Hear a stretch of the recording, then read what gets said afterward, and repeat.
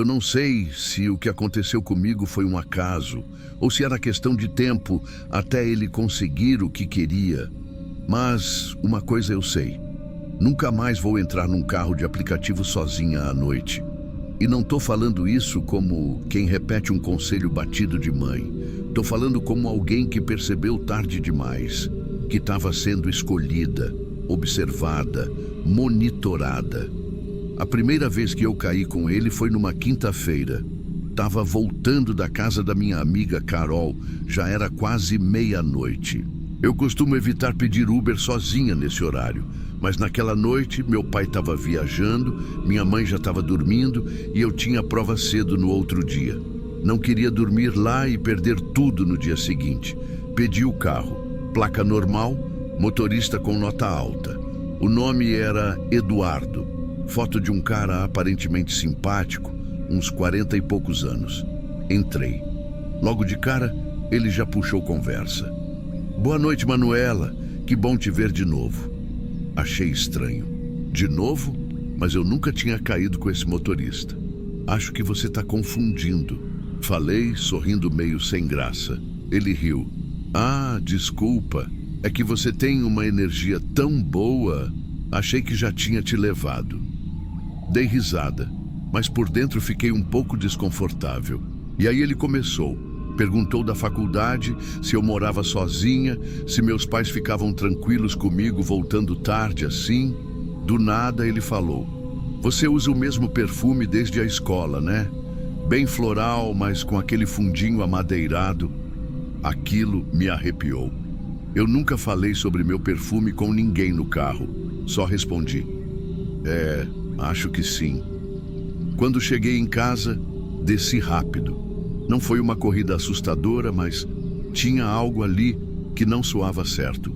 Sabe quando a pessoa é educada demais, simpática demais, interessada demais? Era isso. Só que a gente aprende a sorrir, a não parecer grossa, a fingir que tá tudo bem. Então eu deixei passar. Na semana seguinte, voltei da casa da mesma amiga, sozinha. Outro dia da semana, outro horário, mesma placa, mesmo motorista, o Eduardo. Ele abriu um sorriso, como se fosse meu tio querido. A gente se encontra de novo, hein? Tá virando rotina. Eu quase cancelei a corrida, mas já estava tarde. Pensei, deve ser coincidência. Entrei, ele começou a puxar conversa como se já me conhecesse. Você estava na casa da Carol hoje também? Como você sabe quem é a Carol? Perguntei. Ele riu. Você comentou na outra corrida, lembra? Não, eu não comentei.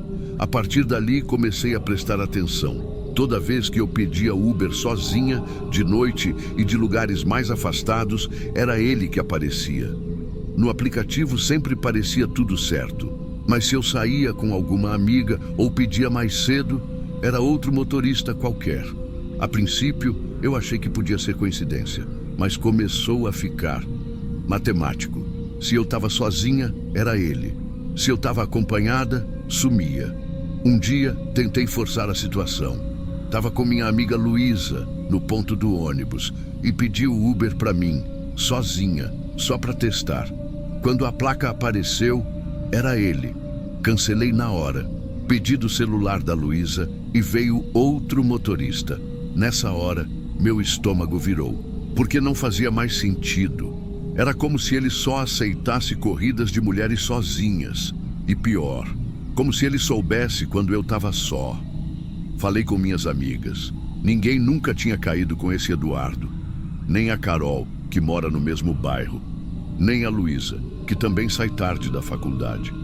Comecei a tirar print de tudo, anotar datas, gravar áudios das corridas. E aí, na última vez que eu entrei no carro dele, aconteceu algo que mudou tudo. A corrida estava normal, ou melhor, normal dentro daquele padrão esquisito de sempre. Mas quando eu sentei no banco de trás, senti um negócio estranho batendo no meu pé.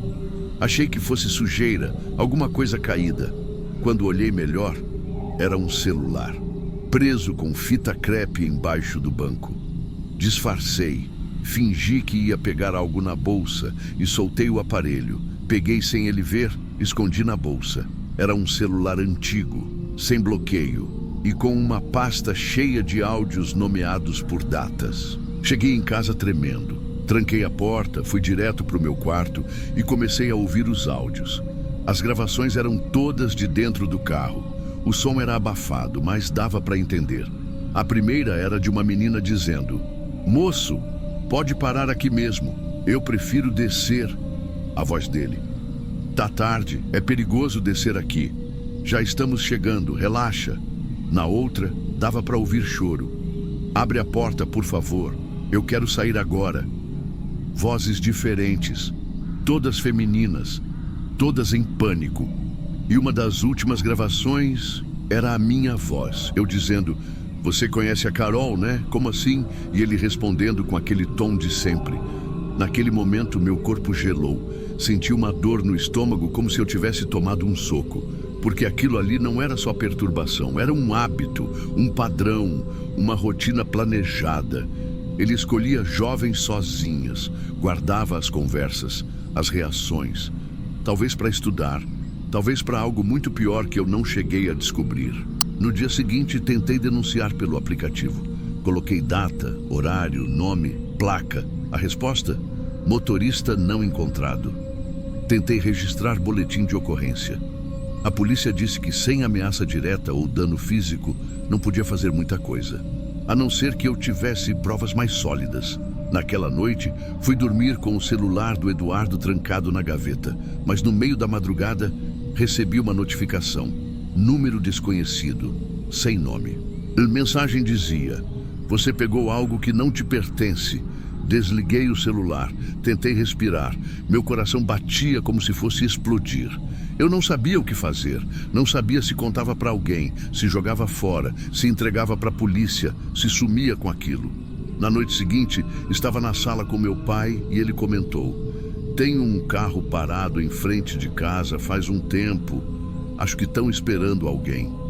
Fui até a janela. Era ele, dentro do carro, vidro escuro. Só o contorno do rosto dele no reflexo da luz do poste. Ele não tocou a campainha, não mandou mensagem, só ficou ali, por quase meia hora. Depois, foi embora. Eu nunca mais vi aquele carro, nem no aplicativo, nem na rua, nem nas notícias. E o celular, eu quebrei, com um martelo, num dia de crise de pânico. Apaguei tudo, me senti culpada por isso por um bom tempo. Mas eu precisava me sentir segura de novo, nem que fosse uma ilusão. Hoje em dia, evito sair sozinha à noite. Quando preciso, vou com alguém. Ou chamo um táxi de confiança. Mas até hoje, toda vez que entro num carro, eu olho para frente e penso: esse motorista me escolheu, ou foi só o algoritmo? Porque depois que você percebe que pode ter sido alvo de alguém, nunca mais relaxa, nunca mais confia e, pior, nunca mais tem certeza de que escapou.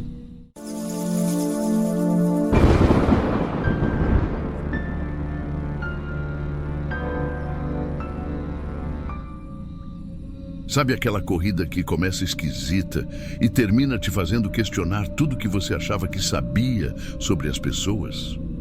Eu me chamo Lorenzo, tenho 35 anos.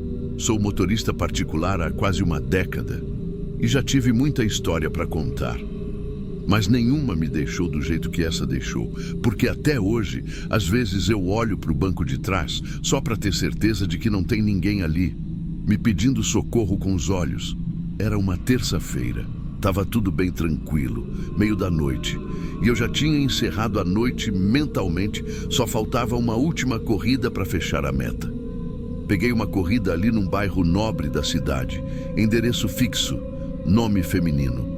Nada de anormal, até eu chegar lá.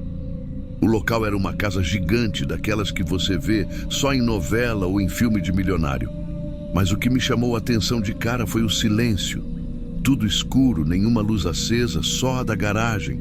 E mesmo assim, meia luz. Não parecia uma casa com gente acordada, sabe? Fiquei ali parado com o carro ligado. Marquei o tempo, 1 minuto, 2, 5. Quase cancelei, mas algo me disse para esperar mais um pouco. E foi aí que ela apareceu. Saiu de um canto escuro ao lado da casa, caminhando rápido, quase tropeçando no salto. Tava com um vestido de festa, cabelo bem arrumado, maquiagem impecável. Mas o que me gelou o sangue foi o jeito que ela andava. Os braços colados no corpo, rígidos, como se ela estivesse escondendo alguma coisa debaixo do casaco, e o olhar... Meu Deus, o olhar dela pedia socorro, mesmo sem uma palavra.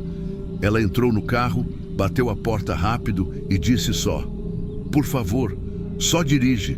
Vai para o destino, mas não para lá." E aí, num sussurro que parecia quase sem ar, completou: "É uma emboscada. Por favor, não para lá." Meu coração disparou. Senti minha garganta secar na hora. Ela não estava brincando. Era sério. Mas o que eu ia fazer? Eu nem sabia quem era ela. E se fosse golpe? Se tivesse alguém esperando para me render? Ou se ela fosse a vítima? Fiquei em silêncio por alguns segundos. Liguei o som baixinho só para fingir uma normalidade. Botei o carro em movimento e fui tentando raciocinar. Olhei pelo retrovisor. Ela estava com o rosto virado para o lado de fora, mas os olhos varriam o espelho toda hora, com medo. A mão dela tremia e o casaco continuava cobrindo os braços de um jeito estranho. Não era só frio, tinha algo errado ali. Tentei puxar conversa, falei baixo, tentando não parecer nervoso. "Tá tudo bem?" Ela fechou os olhos e balançou a cabeça, como quem pede silêncio. "Me desculpa, só não para no destino, tá? Me deixa em qualquer lugar com gente, um posto, uma padaria, onde tiver mais movimento, por favor." Naquele momento eu decidi. Não sei se foi o instinto, se foi o olhar dela, ou só aquele nó que dá no estômago quando a gente sabe que não pode ignorar. Mas eu decidi ajudar, mesmo sem entender o que estava acontecendo. Continuei dirigindo, mas mudei a rota discretamente. Em vez de seguir direto para o endereço, fui me afastando, como se estivesse dando a volta. Ela percebeu e me olhou com uma mistura de alívio e medo, como se não acreditasse que eu realmente ia ajudar. Ele vai perceber. Ele rastreia tudo. Vai saber que eu não fui deixada lá. "Quem?" perguntei, ainda tentando entender. "O homem que me manteve trancada naquela casa por semanas. Eu consegui sair, mas ele acha que eu tô indo direto para outro lugar, para ser transferida. É mentira, ele só quer me pegar de novo." Eu gelei. Ela continuou falando rápido, entre lágrimas contidas. "Ele é influente, tem dinheiro. Se você contar isso para alguém, talvez ninguém acredite. Eu só precisava fugir, mas eu não tenho como. Só consegui sair porque uma funcionária deixou a porta mal trancada e eu escondi meu celular para chamar esse carro.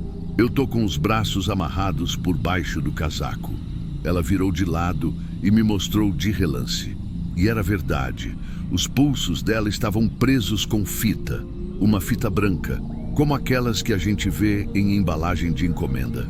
Foi aí que minha indignação começou a crescer. Tentei manter a calma. Disse que ia deixá-la num lugar movimentado e seguro.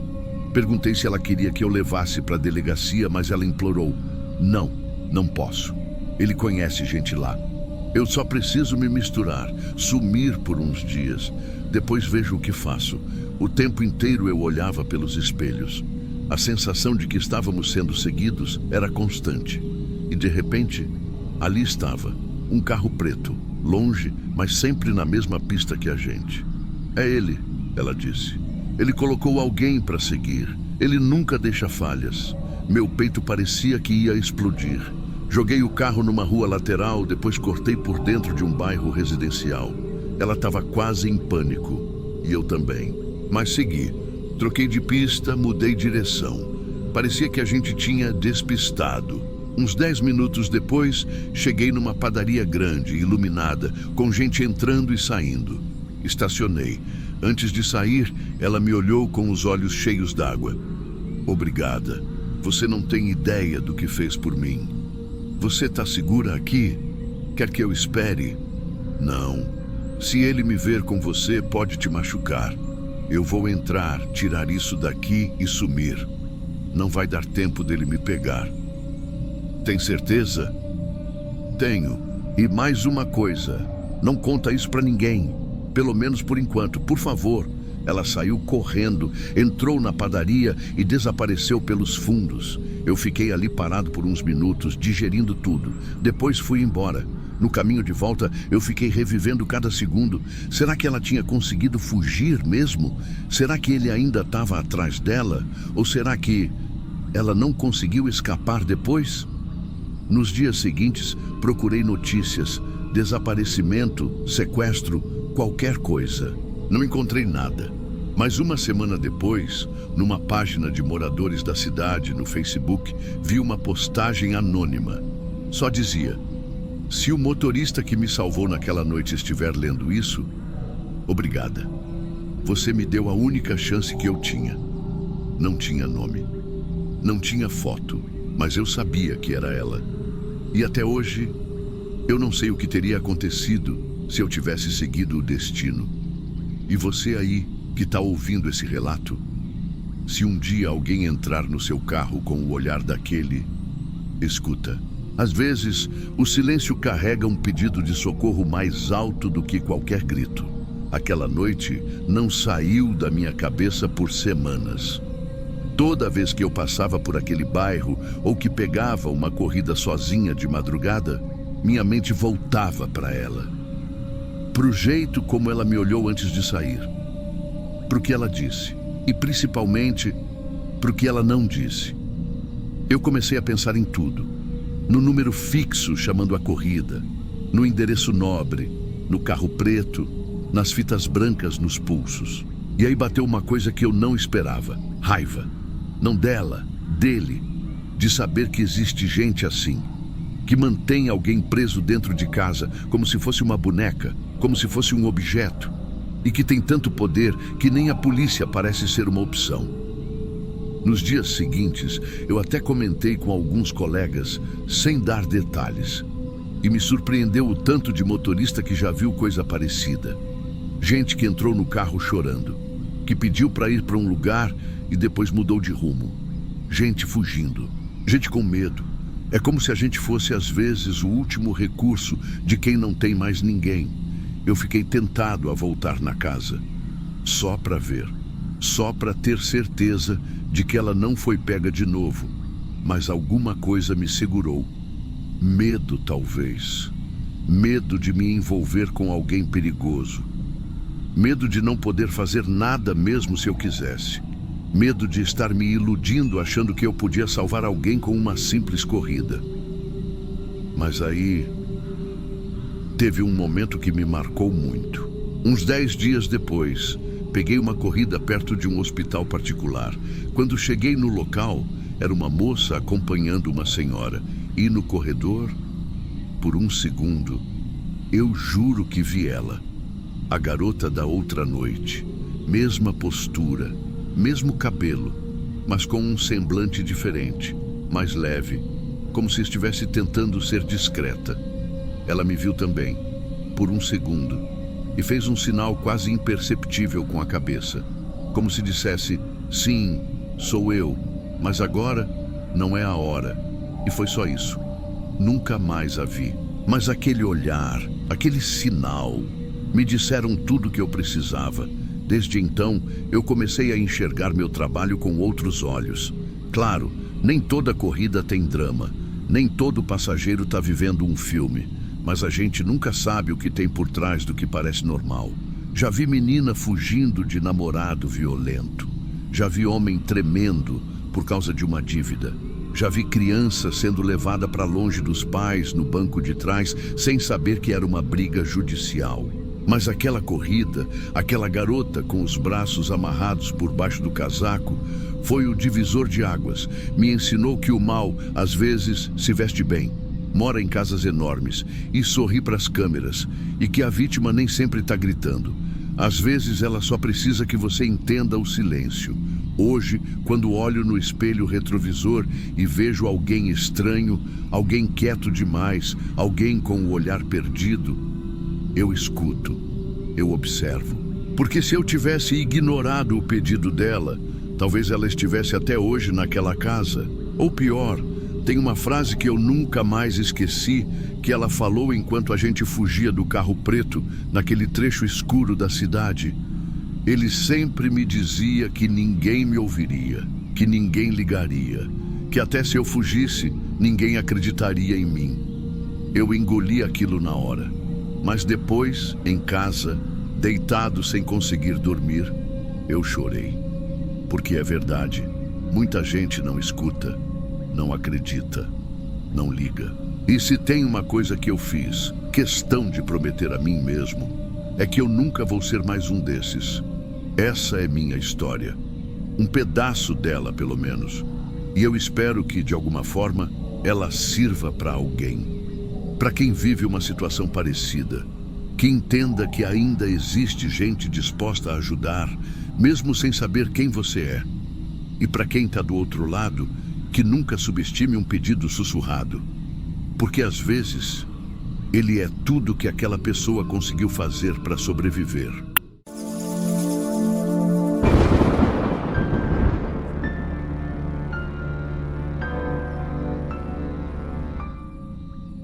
Eu já tive uns sustos feios trabalhando com aplicativo. Gente bêbada, briga no carro, tentativa de não pagar, esse tipo de coisa.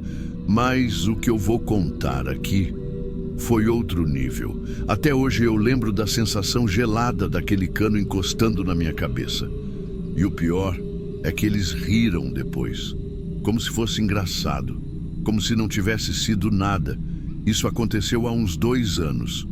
E eu nunca mais fui o mesmo depois daquela corrida.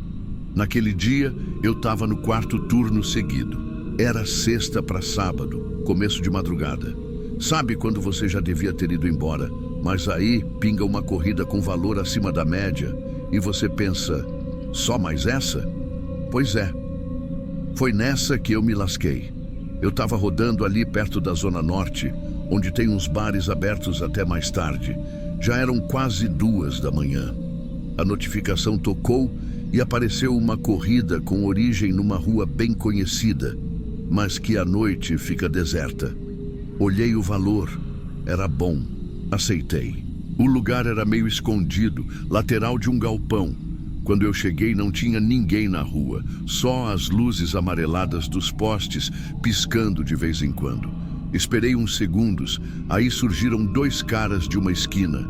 Eles vinham devagar e carregavam uma sacola preta, dessas de mercado, só que visivelmente pesada. Um deles tinha tatuagem no rosto, aquele tipo de tatuagem que já te diz que o cara passou por lugar complicado. O outro, mais baixo, parecia nervoso, ficava olhando para os lados. Juro que meu instinto gritou para eu cancelar a corrida. Mas eu estava cansado, com sono, e pensei, vai ser só uma corrida. Levo, deixo e acabou. Entraram no carro e se sentaram atrás. Nem cumprimentaram. O carro ficou em silêncio absoluto por uns bons 2 minutos. Só o barulho da cidade morta do lado de fora. Eu tentava manter a postura profissional, sabe? Mas o clima estava pesado. Eles falavam baixo entre si, como se estivessem decidindo alguma coisa. O da tatuagem olhava fixamente para frente, para mim, como se me estudasse. E aí ele mandou, você já teve que atirar em alguém? Assim, do nada. Meu coração acelerou na hora. Eu ri, meio sem graça, como quem não entendeu. Falei, como assim? Ele respondeu olhando no retrovisor com um sorrisinho estranho no canto da boca. Tipo, numa situação de vida ou morte. Já pensou se você teria coragem? O outro riu baixinho, como se já soubesse para onde aquilo ia. Fingi que não ouvi direito, mudei de assunto, perguntei se queriam um ar mais forte, alguma música. Os 2 ignoraram. Depois de um tempo, o mais baixinho comentou olhando a sacola. Será que vai caber lá? O outro respondeu, vai. Se não couber, a gente dá um jeito. Cara, ali eu já estava suando. A mão no volante começou a ficar molhada. Eu sabia que tinha algo muito errado, mas o medo de fazer qualquer coisa que irritasse eles era maior. Eu só queria deixar logo no destino. Só que não deu tempo. A gente ainda estava em movimento, virando uma avenida meio escura, quando eu senti algo gelado encostando bem na lateral da minha cabeça. Eu congelei. Congelar é pouco. Eu perdi completamente a noção do que estava fazendo. A respiração travou. A voz veio logo depois, baixa, perto do meu ouvido. Se eu atirar aqui, será que todo mundo morre? Eu senti a arma. Não era um celular, não era o dedo dele. Não era nada que pudesse ser confundido. Era uma arma, pesada, gelada e real. E o silêncio no carro foi absurdo. O outro cara parou até de se mexer. Eu percebi que aquele momento ia decidir tudo. Eu podia gritar, podia frear, podia tentar sair do carro, mas qualquer reação precipitada podia ser meu fim. Então eu só respirei fundo, engoli o medo e respondi com a voz mais firme que consegui fazer sair. Sim, inclusive você. Eu não sei de onde saiu isso, mas eu falei, firme, direto, do tipo que mostra, não tô blefando. Foram os 3 segundos mais longos da minha vida. A arma ainda ali, a tensão pesando o ar. E aí, ele começou a rir. Tirou a arma devagar e falou como se fosse piada. Relaxa, mano, é só zoeira, você é tenso demais. O outro riu junto. E eu só continuei dirigindo, sem falar nada. As mãos tremiam no volante, mas eu mantive a rota. Eu queria chegar no fim daquela corrida, eu queria viver. Eles ficaram conversando como se nada tivesse acontecido, como se aquilo fosse só mais uma noite de rolê. Começaram a falar sobre bebida, sobre uma mulher que deviam encontrar no destino. Eu só ouvia, fingia que era só mais uma corrida, mas por dentro eu já estava longe. O destino era numa casa afastada, num bairro de ruas largas e pouco iluminadas. Quando eu vi que faltavam 200 metros, meu coração bateu mais forte. Eles pediram para eu parar numa esquina antes. Desceram com a sacola. O tatuado olhou para mim e disse, valeu pela moral, hein? E piscou. Como se a gente tivesse compartilhado uma piada. Como se ele não tivesse encostado uma arma na minha cabeça. Assim que eles dobraram a esquina e sumiram da minha vista, eu pisei no acelerador. Saí dali o mais rápido que pude. Parei 2 quarteirões depois. Peguei o celular com a mão tremendo e liguei para a polícia. Passei localização, descrição dos dois, da sacola, da arma, tudo. Eles anotaram e mandaram viatura para a área. Disseram que eu fiz certo em não reagir. Fiquei ali, estacionado, suando frio, por quase 1 hora, revendo cada segundo daquilo, me perguntando se eu devia ter cancelado, se devia ter confiado mais no meu instinto. Algumas horas depois, recebi uma ligação do número que eu tinha deixado com o policial. Um dos agentes disse que eles encontraram os dois a poucas quadras dali, com a arma sim, e com outro pacote dentro da sacola. Não disseram o que era, só que os dois foram presos sem resistência. Depois disso, eu fiquei 1 semana sem dirigir.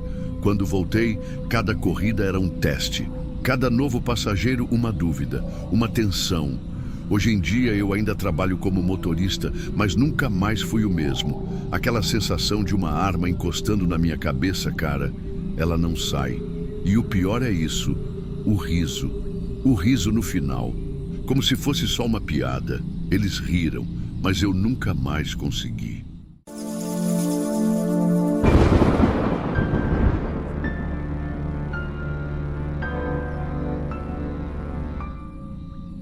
Sabe aquele tipo de coisa que a gente escuta por aí e pensa, isso nunca vai acontecer comigo? Pois é, eu também pensava assim, até que aconteceu. E eu juro que não foi uma sensação qualquer. Foi uma certeza, uma daquelas certezas que bate no estômago antes de bater na cabeça. Eu entrei no carro, fechei a porta e foi como se eu tivesse selado meu destino. Porque quando a porta bateu e eu fui puxar o trinco, eu percebi, ele estava virado para o lado errado, do tipo que trava por fora e não por dentro, do tipo que te prende. Eu sei que parece exagero, mas se você tivesse sentido o que eu senti naquele momento, você entenderia. Era uma sexta-feira à noite. Eu tinha saído com umas amigas para comemorar o aniversário de uma delas. Nada demais. Um barzinho tranquilo, a gente ficou ali conversando, bebendo pouca coisa, só curtindo mesmo. Eu não costumo pedir carro de app sozinha à noite, mas naquele dia... Bom, eu me senti segura. O lugar era movimentado, ainda estava cedo, e o carro apareceu quase que na hora.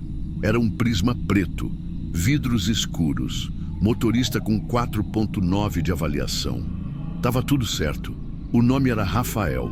Eu nem pensei duas vezes. Entrei. Só que assim que a porta fechou, eu puxei a maçaneta num gesto quase automático. E aí veio a sensação. O trinco. Não era para estar daquele lado. Era como se tivesse sido invertido. E não só o meu lado, o outro também. Eu testei de novo com calma, para não chamar atenção. Nada. A porta não abria. O motorista não falou nada. Só deu um boa noite, sem emoção, ligou o carro e saiu. Sem rádio, sem conversa, sem perguntar nada. Silêncio total. Foi quando eu senti aquela primeira fisgada no peito, tipo um alarme interno, sabe? Eu olhei para o retrovisor e ele estava só com os olhos na pista, expressão séria, sem celular no suporte, sem GPS ligado. E mesmo assim, ele saiu andando, como se soubesse o caminho de cor. Eu me ajeitei no banco, peguei o celular e tentei parecer tranquila. Mas por dentro, meu coração já estava no pescoço. Abri o WhatsApp, fui escrever para minha melhor amiga. Escrevi: amiga, tô com um motorista estranho, os trincos da porta tão virados. Tô com medo. Mas não mandei, apaguei. Reescrevi de novo, mais curto. Tô num Uber. Porta não abre por dentro. Me ajuda. Só que eu não mandei na hora. Eu fiquei com medo de ele ver no retrovisor. Apaguei de novo. Guardei o celular no bolso, mas fiquei com a mão por cima. Nessa hora, eu só pensava numa coisa. Se ele perceber que eu tô desconfiando, ferrou. A rota no aplicativo ainda mostrava o caminho certo, mas o carro, ele não estava seguindo o mapa. Ele entrou numa rua lateral, que eu sabia que não fazia parte do trajeto. Uma rua escura, cheia de caminhões parados, sem iluminação.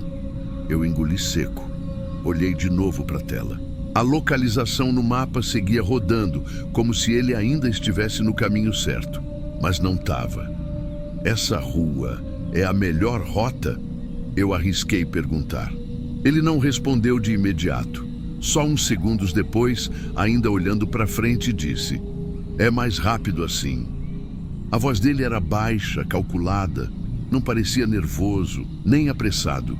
Parecia frio, como quem já tinha feito aquilo antes.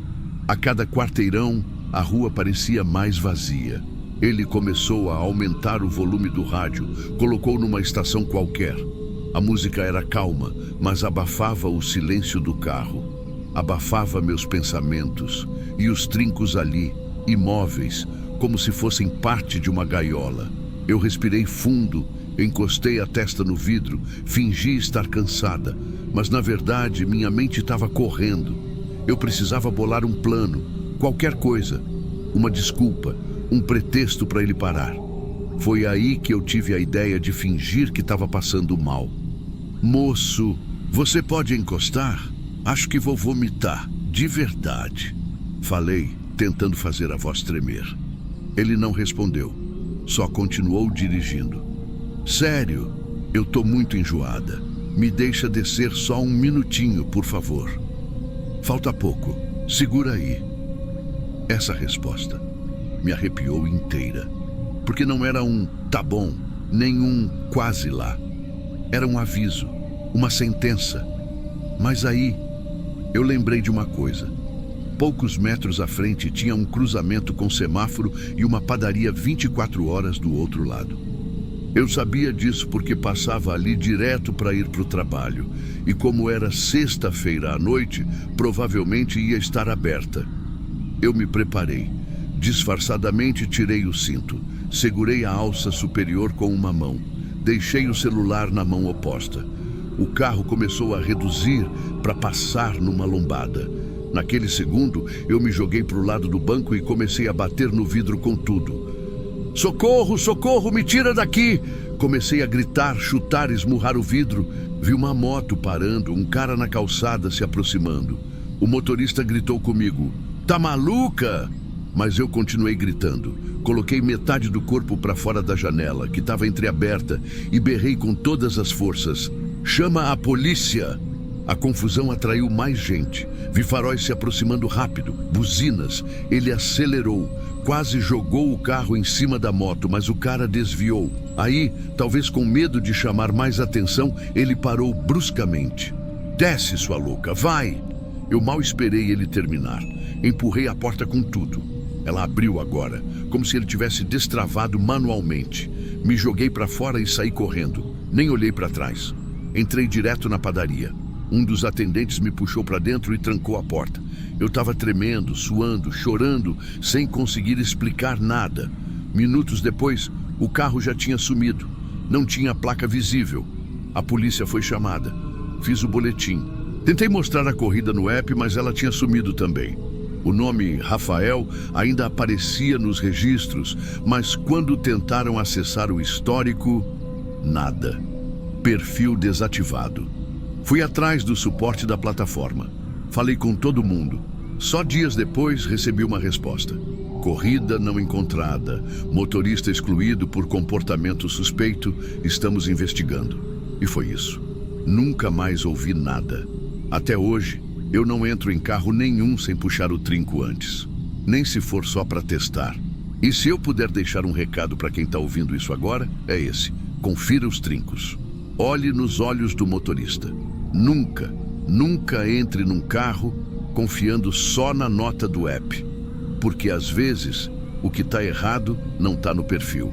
Está nos olhos. Ou nos trincos virados para o lado errado.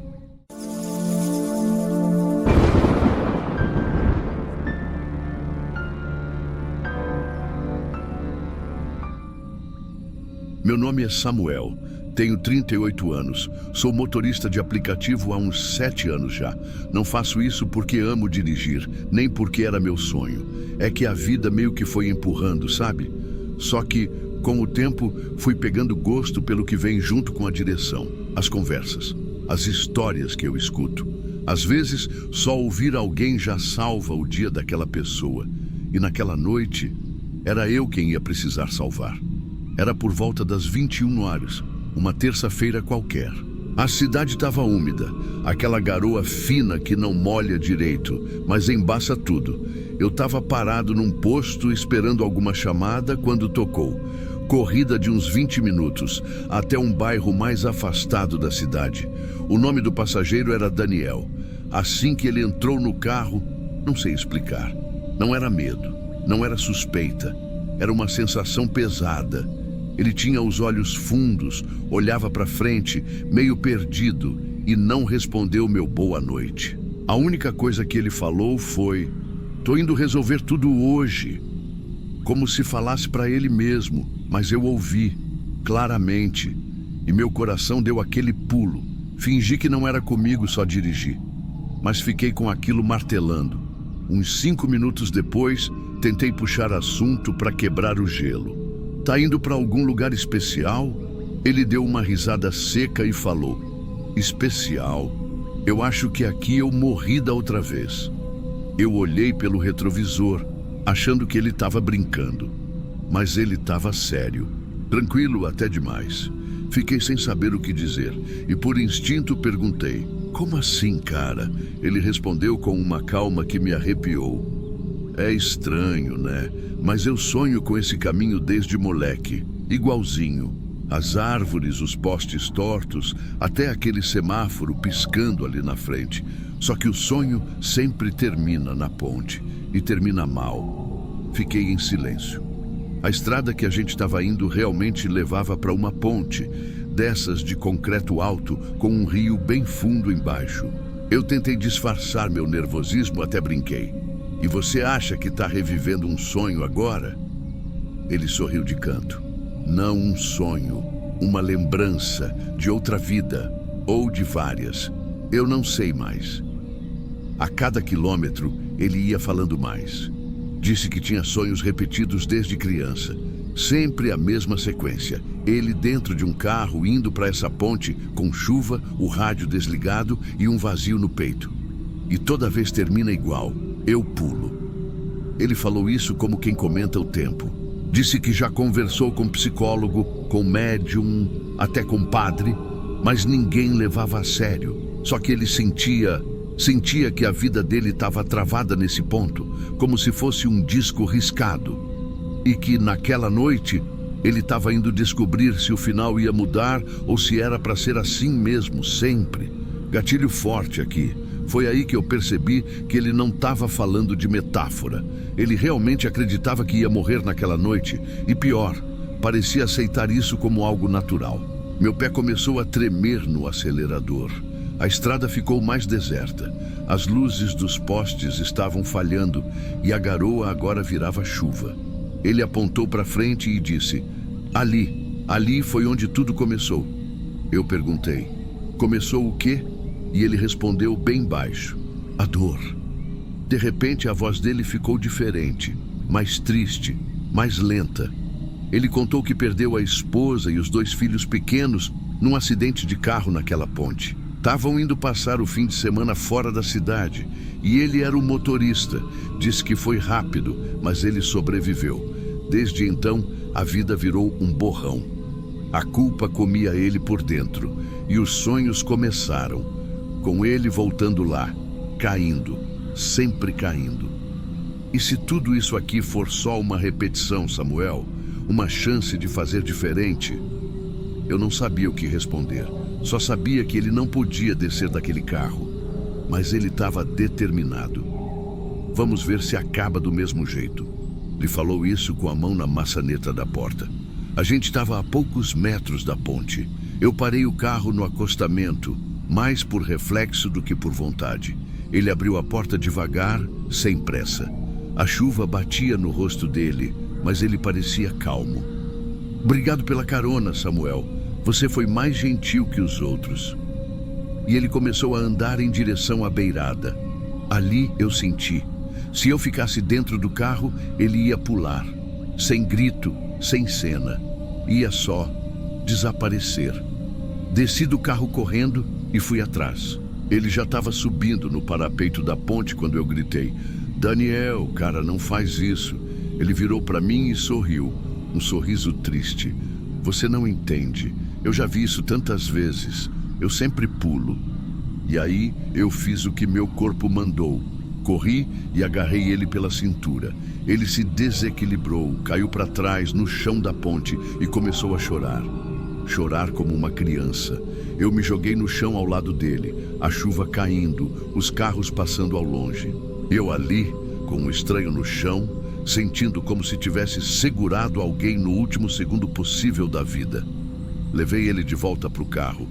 Ele tremia, não de frio, mas de colapso. No caminho de volta, ele não falou nada, só chorou baixinho. Eu também estava com um nó na garganta, mas mantive a direção firme. Em vez de deixar ele no destino que tinha marcado, levei direto para um hospital. Fiquei com ele até um enfermeiro vir atender. E antes de entrar, ele me olhou e disse: hoje eu não pulei. Talvez seja o começo de um final diferente. Nunca mais vi o Daniel naquele estado. 3 meses se passaram. Voltei à minha rotina. A vida não espera, né? Mas uma tarde, recebi uma mensagem no WhatsApp. Era do Daniel. Ele dizia que estava numa clínica de reabilitação emocional desde aquela noite, que vinha melhorando devagar, mas com vontade de continuar vivo. E que, naquela noite, eu tinha sido o detalhe que mudou o desfecho do sonho. Pela primeira vez, ele não pulou. E que, talvez, tudo aquilo tivesse mesmo sentido. Talvez, só talvez, ele tivesse realmente voltado ali várias vezes, até encontrar alguém que estendesse a mão. E ele finalizou dizendo: se um dia você voltar naquela ponte, Samuel, saiba que você salvou uma vida ali, e talvez mais do que uma. Eu conto essa história hoje com o coração pesado, mas grato, porque às vezes a gente não entende o que uma palavra, uma atitude ou até um silêncio pode fazer na vida de alguém. O Daniel não era só um passageiro. Ele era um espelho de tudo que a dor pode fazer com uma pessoa calada. E eu era só um cara comum, numa terça-feira qualquer, dirigindo um carro na chuva. Mas, por algum motivo que até hoje eu não entendo, naquela noite eu estava no lugar certo. E talvez isso não tenha sido por acaso.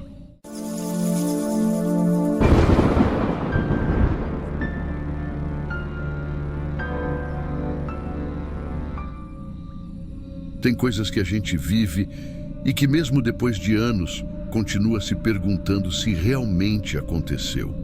E essa história que eu vou contar aqui foi uma das experiências mais perturbadoras que eu já tive na minha vida.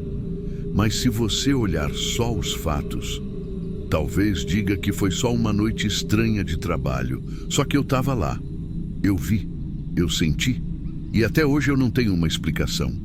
Meu nome é Iago, eu sou motorista de aplicativo há uns bons anos. E tudo aconteceu numa madrugada que parecia ser igual a todas as outras. Só que não foi. Era uma sexta-feira, final de mês. Eu já tinha rodado bastante durante o dia, mas resolvi esticar até de madrugada, porque o movimento estava bom. O centro da cidade estava fervendo, várias corridas para bar, balada, tudo normal. Mas, lá pelas 22 horas, as corridas começaram a sumir. Aí começou a tocar umas chamadas mais distantes. Sabe aquelas que o aplicativo joga só quando ninguém aceita? Pois é, uma corrida me chamou a atenção. Era numa área rural, um pouco depois do último posto da cidade. Eu hesitei. Estava escuro, meio nublado, sinal de celular oscilando. Mas como o valor estava bom, pensei, vou nessa, deixo a pessoa e volto.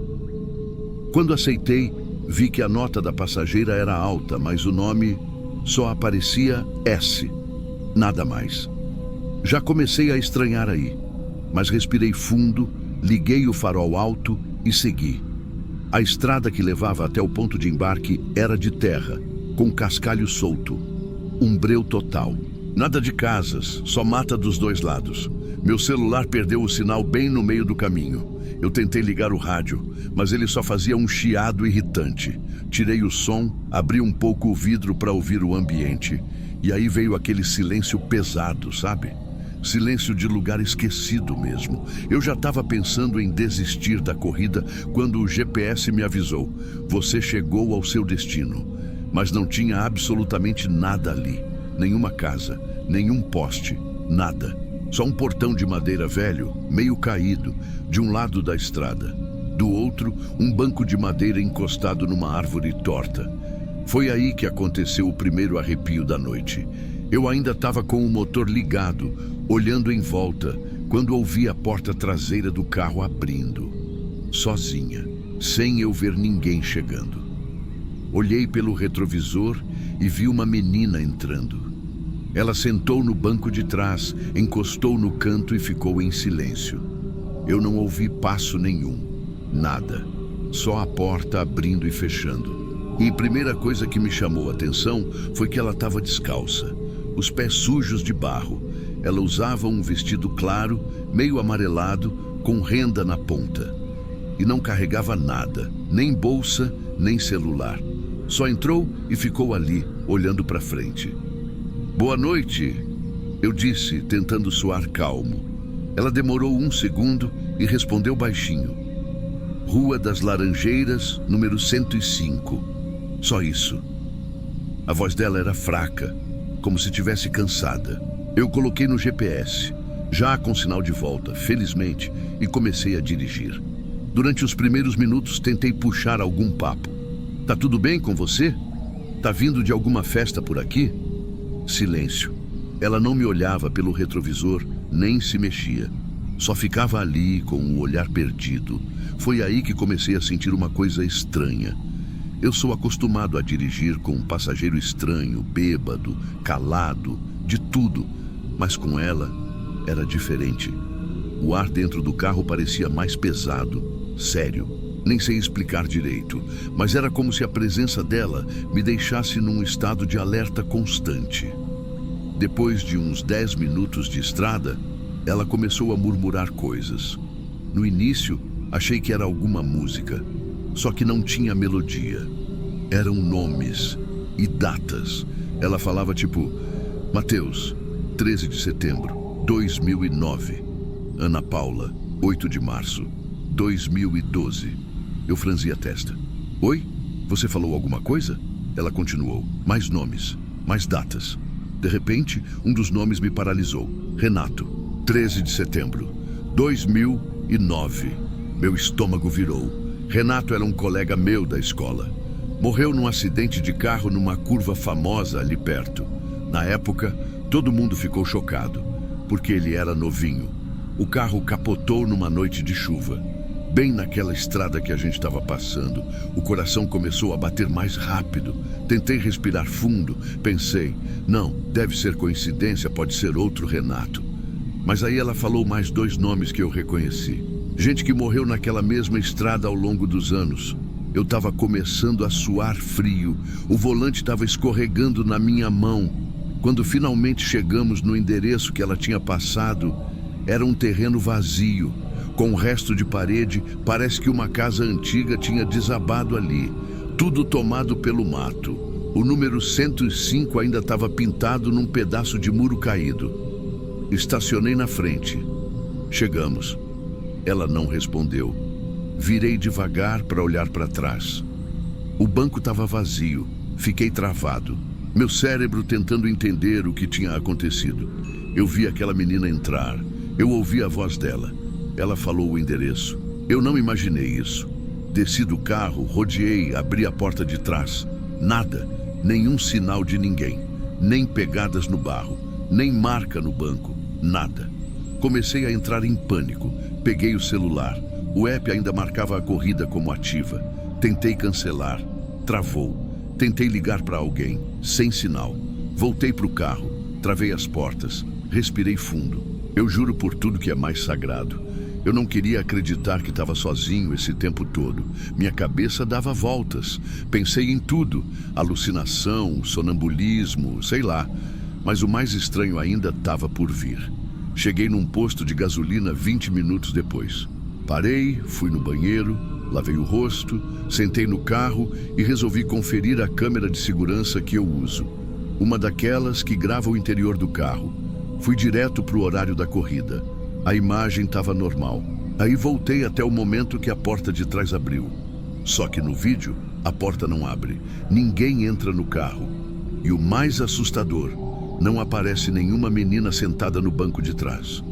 Durante todo o trajeto, eu tô dirigindo sozinho, falando sozinho. Aí vem o pior momento. Quase no fim do vídeo, num reflexo rápido do espelho retrovisor, dá para ver 2 pés descalços encostados no chão atrás do banco do passageiro. Foi só um frame. Tão rápido que se eu não tivesse pausado e voltado, nem teria visto. Mas estava lá, aqueles pés sujos de barro. Desde aquele dia, eu nunca mais aceitei corrida em área rural. E quando eu passo por aquela estrada, eu evito até olhar pelo retrovisor. Porque tenho medo de ver alguém ali, calada, descalça, só esperando a próxima corrida. Eu não sei o que era aquilo e não quero saber. Mas se tem algo que eu aprendi naquela noite, é que nem tudo que parece real é. E às vezes o que parece imaginação é mais real do que a gente gostaria de acreditar. Sei que pode parecer loucura, mas depois desse dia, nunca mais fui o mesmo motorista. Obrigado por abrir esse espaço no canal. Foi a primeira vez que contei isso para alguém com todos os detalhes. Só espero que nunca aconteça com mais ninguém.